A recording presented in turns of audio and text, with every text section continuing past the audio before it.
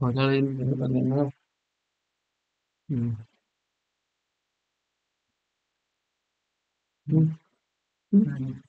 ସୁପ୍ରଭାତ ପିଲାମାନେ। ଆଜି ତମ ଷଷ୍ଠ ଶ୍ରେଣୀ ସାହିତ୍ୟ ବହି ଷଷ୍ଠ ଶ୍ରେଣୀ ସାହିତ୍ୟ ବହିର ପଦ୍ୟ ଜନ୍ମଭୂମି ପଦ୍ମଚରଣ ପଟ୍ଟନାୟକଙ୍କ ଦ୍ୱାରା ରଚିତ କବିତା ବା ପଦ୍ୟ ଜନ୍ମଭୂମି ବିଷୟରେ ଆଜି ପଢିବା, ଆବୃତ୍ତି କରିବା। ଜନ୍ମଭୂମି ବିଷୟ ପଢିବା ପୂର୍ବରୁ କବି ପଦ୍ମଚରଣ ପଟ୍ଟନାୟକଙ୍କ ଦ୍ୱାରା କଣ କଣ ଲେଖା ହେଇଛି ତାଙ୍କର କବି ପରିଚୟ ବା ତାଙ୍କ ବାବଦରେ ଆମେ କିଛି ଜାଣିବା। କବି ପଦ୍ମଚରଣ ପଟ୍ଟନାୟକ ସେ 1885 ମସିହାରେ ଜନ୍ମଗ୍ରହଣ କରିଥିଲେ। 1956 ମସିହାରେ ମୃତ୍ୟୁବରଣ କରିଥିଲେ। 1885 1956 ଲେଖାଯାଇଛି ଜନ୍ମ ମୃତ୍ୟୁ। ଜଣେ ଜାତୀୟବାଦୀ କବି ଭାବରେ ସୁପରିଚିତ। ସ୍ୱର୍ଣ୍ଣରେଣୁ, ପଦ୍ମପାଖୁଡା, ସୂର୍ଯ୍ୟମୁଖୀ, ଆଶାମଞ୍ଜରୀ, ଗୋଲାପ ଗଛ, ସୁନାର ଦେଶ ପ୍ରଭୃତି କବିତା ପୁସ୍ତକର ରଚୟିତା। ଏ ସବୁ ବହି ଲେଖିଛନ୍ତି। ଏହା ବ୍ୟତୀତ Martin Luther, Mahatma Gandhi, Napoleon, Fakirmohan ପ୍ରଭୃତି କେତେଖଣ୍ଡ ଜୀବନୀ ପୁସ୍ତକ ମଧ୍ୟ ସେ ରଚନା କରିଛନ୍ତି। ତେଣୁ ତାଙ୍କ ବିଷୟରେ ତ ଜାଣିଲେ। ପଦ୍ମଚରଣ ପଟ୍ଟନାୟକ ବିଷୟରେ ବର୍ତ୍ତମାନ ସେ କବିତା ଜନ୍ମଭୂମି, ଯେ ଆମ କହୁଛେ ଜନନୀ ଜନ୍ମଭୂମି ସ୍ୱର୍ଗାଦପି କରିଅସି, ସେଇ ଜନ୍ମଭୂମି ଜନ୍ମଭୂମି ବିଷୟରେ କଣ ଲେଖିଛନ୍ତି, ଜନ୍ମଭୂମି ଆମ ପାଇଁ କେତେ ଗୁରୁତ୍ୱପୂର୍ଣ୍ଣ, ସେଇ ବିଷୟରେ ଆମେ ଜାଣିବା। ଦେଖ, ମୁଁ ବୋଲୁଛି, ଆବୃତ୍ତି କରୁଛି। ଆବୃତ୍ତି କଲା ବେଳେ ତମେ ସ୍ୱରକୁ ଦେଖି ଶୁଣିବ, ଲୟ ରଖିବ, ଲକ୍ଷ୍ୟ ରଖିବ କେମିତି ବୋଲା ହଉଛି, କୋଉ ସ୍ୱର, କୋଉ ତାଳ, କୋଉ ଲୟରେ, ସେ ସହିତ ପଢିବ ବା ଆବୃତ୍ତି କରିବ।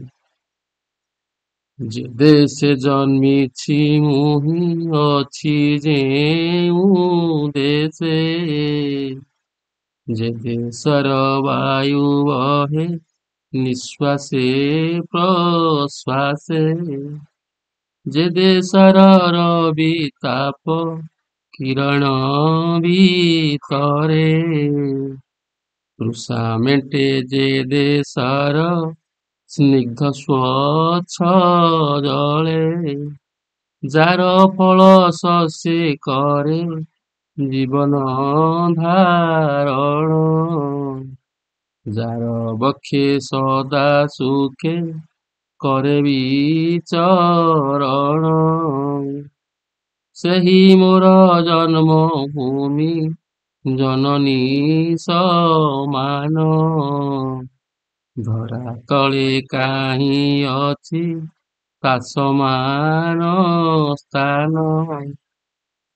ଆମେ ଆଗରୁ କହୁଥିଲେ ଯେ ଜନନୀ ଜନ୍ମଭୂମିଶ୍ଚ ସ୍ୱର୍ଗାଦପି କରିଅସି, ଜନନୀ ଆଉ ଜନ୍ମଭୂମି ସ୍ୱର୍ଗ ଠାରୁ ବଡ।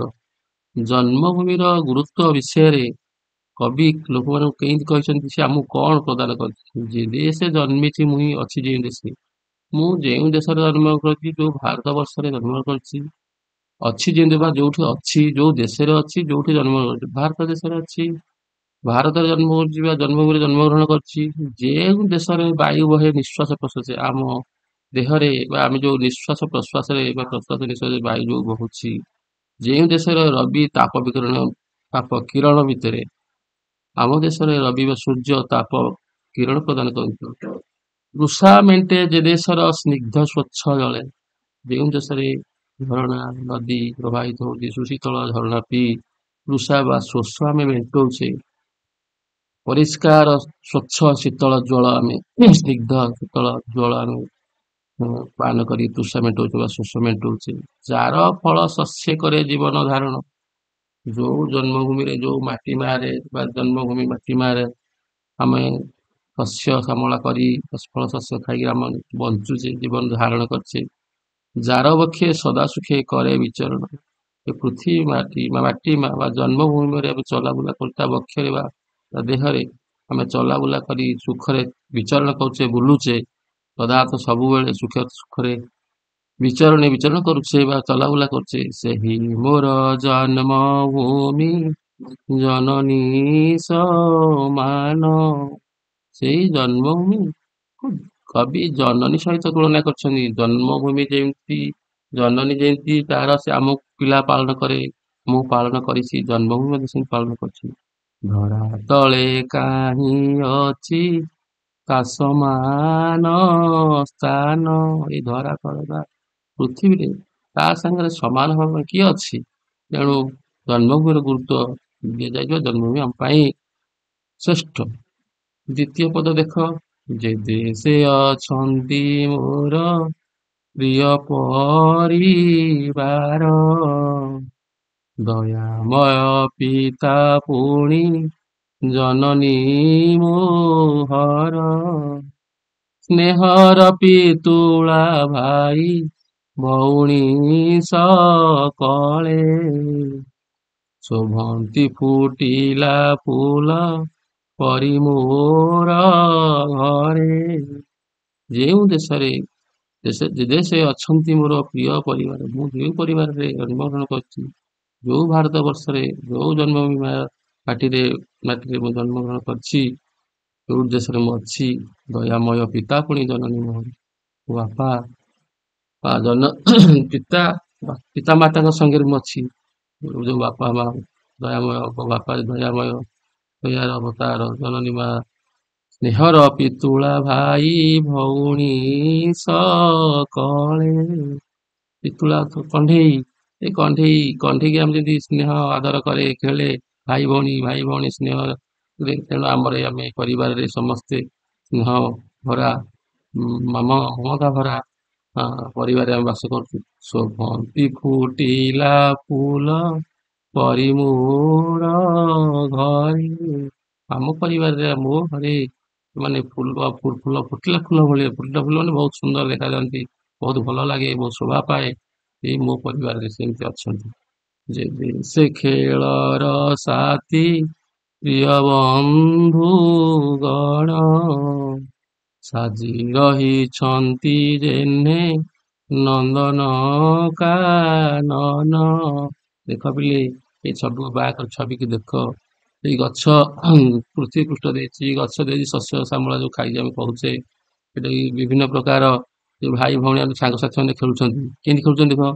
ଯଦି ସେ ଖେଳର ସାଥୀ ପ୍ରିୟ ବନ୍ଧୁ ଗଣ, ଯୋଉ ଦେଶରେ ମୋ ଜନ୍ମଭୂମିରେ ବା ମୋ ଦେଶରେ ମୋର ଖେଳ ସାଥୀ, ବହେ ସାଙ୍ଗ ସାଥୀ ନେଇ ଆମେ ଖେଳୁଛେ, ସାଜି ରହିଛନ୍ତି ଯେହ୍ନେ ନନ୍ଦନ କାନନ, ନନ୍ଦନ କାନନରେ ନାନା ପଶୁପକ୍ଷୀ ଯେମିତି ଅଛନ୍ତି, ସାଜସଜା ହେଇକିରି ଅଛନ୍ତି, ସେମିତି ମୋର ସାଙ୍ଗସାଥି ମୋର ଖେଳରେ ଆମେ ବହୁତ ସାଙ୍ଗସାଥି ଅଛନ୍ତି। ସେହି ମୋର ଜନ୍ମଭୂମି ଜନନୀ ସମାନ, ଧରା ତଳେ କାହିଁ ଅଛି ତା ସମାନ ସ୍ଥାନ। ସେଇ ଜନ୍ମଭୂମି, ଯୋଉ ଜନ୍ମଭୂମିରେ ମୋର ବାପା ମା ଭାଇ ଭଉଣୀ ସାଙ୍ଗସାଥି ଅଛନ୍ତି, ସେ ତା ଜନନୀ ସାଙ୍ଗରେ ମା ସାଙ୍ଗେ ସେ ସମାନ, ଜନ୍ମଭୂମିଟା ଜନନୀ ସହିତ ସମାନ, ତା ସାଙ୍ଗରେ କେହି ତୁଳନା ହେଇପାରିବନି। ତେଣୁ ଆମର ତୃତୀୟ ପଦକୁ ଦେଖିବା।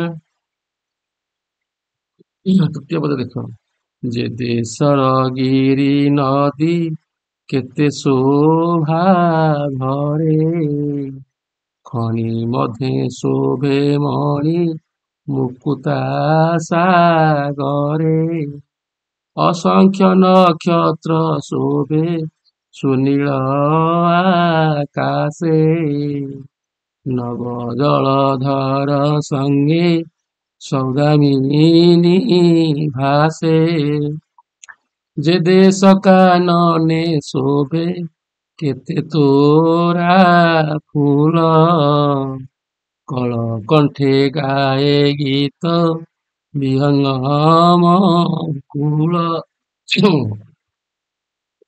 ଦେଖିଲେ କେତେ ମାଧୁର୍ଯ୍ୟ ଭରା କବିତା ଲେଖିଲେ।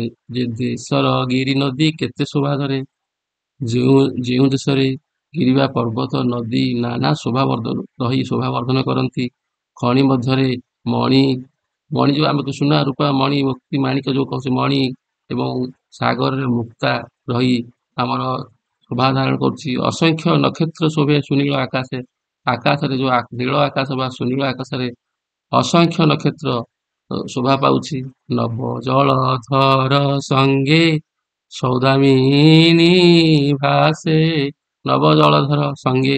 ଆକାଶରେ ଆମେ ଜାଣିଛେ ଯେତେବେଳେ ବାଷ୍ପ ହେଇକିରି ନଦୀ, ଯାହା ସାଗର, ସମୁଦ୍ର, ଗାଡିଆ, ପୋଖରୀ ବିଭିନ୍ନ ସ୍ଥାନରୁ ଜଳ ବାଷ୍ପ ହେଇ ଉପରକୁ ଯାଏ। ସେ ଜଳ ଉପରେ କଣ ଜଳ ଧାରଣ ଥାଏ। ସେଇ ଯେତେବେଳେ ବର୍ଷା ହୁଏ ସେଇ ସମୟରେ କଣ ସୌଦାମିନୀ ଭାସେ, ସେଇ ଯୋଉ ଜଳ ଧାରଣ କରିଥିବା ଆକାଶରେ ମେଘରେ ସୌଦାମିନୀ ବା ବିଜୁଳି ଦେଖାଯାଏ। ସୌଦାମିନୀ ବା ବିଜୁଳି।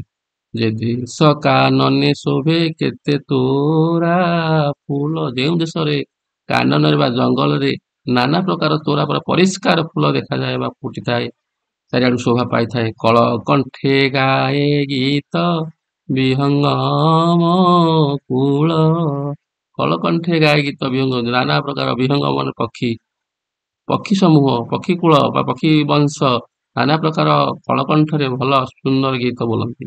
ସେହି ମୋର ଜନ୍ମଭୂମି ଜନନୀ ସମାନ, ଏତେ ସବୁ ଥିବା ମୋର ଜନନୀ ବା ଜନ୍ମଭୂମି, ଜନନୀ ସହିତ ତା ସାଙ୍ଗେ ଏଇ ଧରାରେ ଆମେ କଣ ତା ସାଙ୍ଗେ ସମାନ ହେବେ ନାହିଁ। ଜନ୍ମଭୂମି ସହିତ ଏଇ ସମାନ ହେଇପାରିବନି। ସେ ଆମ ଜନନୀ ସହିତ ମା ସହିତ ସମାନ ଅଟେ। ବର୍ତ୍ତମାନ ଚତୁର୍ଥ ପଦ ଦେଖ।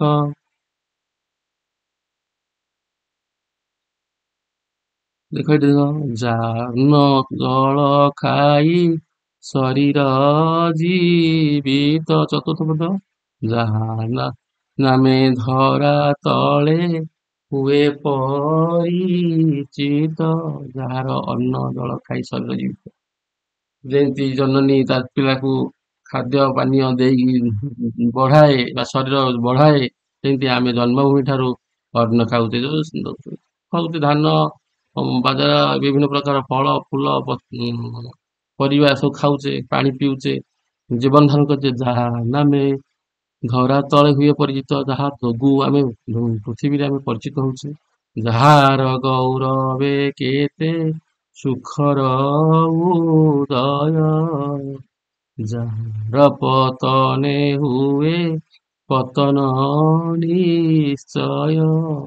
ତାର ଗର୍ବ ହେଲେ, ଆମ ଦେଶର ଭାରତ ମାତାର ଗୌରବ ହେଲେ ଆମେ ସୁଖରେ ରହିବା। ସିଏ ଗର୍ବ ହେଲେ ଆମେ ଗର୍ବିତ। ତାର ପତନ ହେଲେ, ସିଏ ଯଦି ତାର ପତନ ହବ ବା ଉନ୍ନତି ନେଇ ଅବନତି ହବ, ଆମର ଅବନତି। ଦୂର ଦେଶେ ଥାଇ ଯାକୁ କରିଲେ ସ୍ମରଣ, ଘାଣ୍ଟି ହୁଏ ମନ ଦୁଃଖେ ଝୁରଇ ନୟନ। ମନେକର ଆମ ଦେଶ ଛାଡି ଯାଇ ବାହାରେ ରହିଛେ, ତାହାରି କଥା ମନେ ପଡିଲେ, ମନେ ସ୍ମରଣ କଲେ ବା ମନେ ପକେଇଲେ ଆମକୁ କେମିତି ଲାଗେ? ମନ ଘାଣ୍ଟି ଗୋଳି ହୁଏ, ଦୁଃଖରେ ଦୁଃଖେ ଝୁରଇ ନୟନ, ମନ ଦୁଃଖରେ ଆମେ ତାକୁ ଝୁରେ, ଆଖି ତାକୁ ଖୋଜେ। କାହିଁକି ନା ଯୋଉଠି ଆମେ ଖାଇ ପିଇ ବଢିଛେ, ନାନା ଖୁସି ପାଇଛେ, ସେଇ ଜାଗା ଯଦି ଛାଡି ଗଲେ ତାର ଯେତେବେଳେ ଆମର ଅସୁବିଧା ହବ ତାକୁ ମନେ ପକାଏ। ତେଣୁ ତାହା ଲାଗି ଶରୀରର ରକ୍ତ ବିନ୍ଦୁ ଦାନ, ଯେ ନ କରେ କୃତଘ୍ନ ସେ ପଶୁର ସମାନ। ତାହା ଲାଗି ଶରୀରର ରକ୍ତବିନ୍ଦୁ ଦାନ, ତେଣୁ ତାହାର ଉନ୍ନତି ପାଇଁ, ତାହାର ସମ୍ମାନ ରକ୍ଷା କରିବା ପାଇଁ ଆମ ରକ୍ତବିନ୍ଦୁ ଦାନ କରିବା ଅର୍ଥ ଆମେ ପରିଶ୍ରମ କରିବା, ଆମ ଦେଶର ଉନ୍ନତି କରିବା। ଯିଏ ନ କରିବ ସେ ପଶୁ ସାଙ୍ଗରେ ସମାନ ବା ସେ କୃତଘ୍ନ। ଯାହାଠୁ ଖାଇବା ତାର ଯଦି ଉପକାର ନ କରେ ତାକୁ କହନ୍ତି କୃତଘ୍ନ। ତାପରେ ଦେଖ ପରପଦ ଦେଖ 5, ଦେଖ ଡାହାଣ କରି କେତେ କେତେ ନାମ ପୂର୍ବତନ ନେତା ଅଛନ୍ତି, ପୂର୍ବସୂରୀ। ଖୋଲି ଦେଖ ଇତିହାସ କେତେ ମହାବୀର, ସ୍ୱଦେଶ ମଙ୍ଗଳେ ଦେଇ ଅଛନ୍ତି ଶରୀର। ଦେଶର ମଙ୍ଗଳ ପାଇଁ, ଦେଶର ଉନ୍ନତି ପାଇଁ ସେ ଦେଖ ଡାହାଣ ଦେଖ ଯୋଉ ଛବି ଅଛନ୍ତି, କେତେ କେତେ ବୀର ତାଙ୍କର ଜୀବନ ତ୍ୟାଗ କରିଛନ୍ତି। ସ୍ୱଦେଶର ଉନ୍ନତି ପାଇଁ ସେ ତିଳେ ତିଳେ ହେଇ ତାଙ୍କ ଜୀବନ ତ୍ୟାଗ କରିଛନ୍ତି। ସେଇଥିପାଇଁ ତାଙ୍କ ନାଁ ଆଜି ଇତିହାସରେ ପୂର୍ଣ୍ଣ ହେଇକି ରହିଛି। ନିଜ ସୁଖ ଶାନ୍ତି ଘର ପରିବାର ଭୁଲି, ଦ୍ୱାରେ ଦ୍ୱାରେ ବୁଲିଛନ୍ତି ଘେନି ଭିକ୍ଷା ଧୂଳି। ନିଜର ସୁଖ ଶାନ୍ତି ଛାଡି, ନିଜର ସୁଖ ସ୍ୱଚ୍ଛନ୍ଦକୁ ଛାଡି, ଘର ପରିବାର ଭୁଲି, ଘର ପରିବାର ସମସ୍ତଙ୍କୁ ଭୁଲି ସେ ଯାଇକି ଦ୍ୱାରେ ଦ୍ୱାରେ ଭିକ ମାଗି ଦେଶର ଉନ୍ନତି କରିଛନ୍ତି। ମୁଣ୍ଡ ଢାଳ ଗୋଡେ ମାରି ଲୋକଙ୍କ ମଙ୍ଗଳେ, ଲେଖି ଯାଇଛନ୍ତି ନାମ ଅକ୍ଷୟ ଅକ୍ଷରେ ମୁଣ୍ଡ ଝାଳ ତୁଣ୍ଡରେ ମାରିବା, ଆମେ ତୁଣ୍ଡରେ ଯୋଉ ଗୋଟେ ମାରି କହିଛନ୍ତି ତୁଣ୍ଡ ମାରି ଲୋକଙ୍କର ମଙ୍ଗଳରେ ତା ପରିଶ୍ରମ କରିକିରି ଆମେ ଝାଡ଼ି ଦଉଛେ, ଝାଳ ଝୁଲୁଥିବା ମୁଣ୍ଡରେ ତୁଣ୍ଡରେ ମାରୁଥିବା ଗୋଟେ ମାରୁଥିବେ, ଲେଖି ଯାଇଛନ୍ତି ଆମ ଅକ୍ଷୟ ଅକ୍ଷରେ। ଏମିତି ତାଙ୍କୁ ଭଲ କାମ କରିଛନ୍ତି, ତାଙ୍କ ନାଁ ସ୍ୱର୍ଣ୍ଣ ଅକ୍ଷରରେ ଇତିହାସ ଲେଖିକି ରହିଛି, ଅକ୍ଷୟ ହେଇକି ରହିଛି, କ୍ଷୟ ହବନି, ସବୁବେଳେ ରହିବ। ଆମେ ତାକୁ ଦେଖି ଅନ୍ୟମାନେ ଯେମିତି ଜାଣିବେ ଯେ ଏମିତି ଆମର ପୂର୍ବସୂରୀ ମାନେ ପୂର୍ବ ନେତା ମାନେ କେମିତି ଦେହ ତ୍ୟାଗ କରିଛନ୍ତି, କେମିତି ଭଲ କାମ କରି ଲୋକଙ୍କ ମଙ୍ଗଳ ପାଇଁ କାମ କରିଛନ୍ତି। କାଳେ କାଳେ ଲୋକ ମୁଖ ଘୋଷେ ତାଙ୍କ ନାମ, ଧନ୍ୟ ତାଙ୍କ ପିତା ମାତା, ଧନ୍ୟ ଜନ୍ମ ସ୍ଥାନ। ଏଇ ଲୋକ ଦେଖ ସେ ମରିକି ସୁଦ୍ଧା ଜୀବିତ। ଆମେ ଯୋଉ ସ୍ୱାଧୀନତା ଦିବସ, ସାଧାରଣତନ୍ତ୍ର ଦିବସ, ତାଙ୍କର ଜୟନ୍ତୀ ପାଳନ କରୁଛେ ବା ନାନା ପ୍ରକାର ଉତ୍ସବ ପାଳନ କରୁଛେ ତାଙ୍କରି ନାମରେ। କାହିଁକି ପାଳନ କରୁଛେ ନା ସେମାନେ ଭଲ କାମ କରିକି ଯାଇଛନ୍ତି, ଲୋକଙ୍କର ମଙ୍ଗଳ କରିଛନ୍ତି, ଦେଶର ମଙ୍ଗଳ କରିଛନ୍ତି। ତେଣୁ ତାଙ୍କୁ କାଳେ କାଳେ ସବୁ କାଳରେ ବି ତାଙ୍କ ନାଁ ଲୋକମାନେ ଖୁସି ରଖିବେ, ମନେ ରଖିବେ, ତାଙ୍କ ନାଁ ଗାଇବେ, ତାଙ୍କ ନାଁରେ ବିଭିନ୍ନ ପ୍ରକାର କାର୍ଯ୍ୟକ୍ରମ କରିବେ। ଧନ୍ୟ ଧନ୍ୟ ଧନ୍ୟ ହେଇ ସେ ରହିବେ, ତାଙ୍କ ବାପା ମା ଧନ୍ୟ, ତାଙ୍କ ସେ ଯୋଉ ଜାଗାରେ ଜନ୍ମ ହେଇଛନ୍ତି ଜନ୍ମ ଧନ୍ୟ, ସେ ଜନ୍ମସ୍ଥାନ ଧନ୍ୟ। ତେଣୁ ଆମେ ଏଇ ଯୋଉ ପାଞ୍ଚ ପଦଟି ପଢିଲେ ତମକୁ ନିଶ୍ଚିତ ଭଲ ଲାଗିଥିବ ଏବଂ ତମେ ନିଜେ ଭଲ ରହିବା, ସେ ଅନ୍ୟକୁ ଭଲରେ ରଖିବା ପାଇଁ ତମର ଏଇ ଗୀତଟି ତମ ସାଙ୍ଗମାନଙ୍କ ସହିତ ସେୟାର କରିବ, ତମର ରିଲେଟିଭ ସହିତ ସେୟାର କରିବ, ସବସ୍କ୍ରାଇବ କରିବ ଏବଂ କମେଣ୍ଟସ କରିବ ଏବଂ ପଢିକିରି ଆସିକିରି ଗାଇବ, ଶ୍ରେଣୀରେ ଗାଇବ ଏବଂ ଭଲକିରି ସ୍ୱରରେ ଗାଇବ। ତେଣୁ ଜୟ ଜଗନ୍ନାଥ, ଧନ୍ୟବାଦ।